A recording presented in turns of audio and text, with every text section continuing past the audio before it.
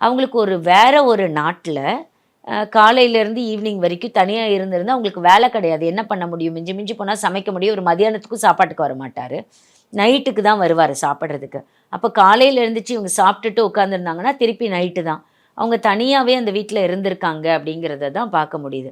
ஒரு 1 மாசம் ஆக ஆரம்பிச்ச உடனே ஒரு விஷயத்த வந்து அவர் நோட்டீஸ் பண்ணி ஒரு நாள் தூங்கிட்டு இருக்காரு.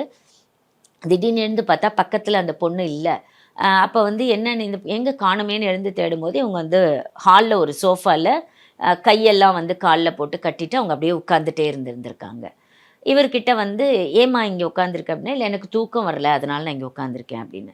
சரி நானும் வேணா பக்கத்துல உட்காரட்டா பேசட்டா?" அப்படின்னா, "இல்ல, இல்ல அதெல்லாம் ஒண்ணும் வேண்டாம். நீங்க போய் தூங்குங்கன்னு" சொல்லிட்டு இருக்காங்க. அப்புறம் இவர் போய் தூங்கி கொஞ்ச நேரம் கழிச்சு அவங்க வந்துருவாங்கன்னு நெனச்சு தூங்கிட்டு இருக்காரு. i5 ஹவுசிங் அண்ட் ப்ராப்பர்ட்டிஸ் தேடுறதை விடுங்க, தேர்வு செய்யலாம் வாங்க. கால் 9962 557 557.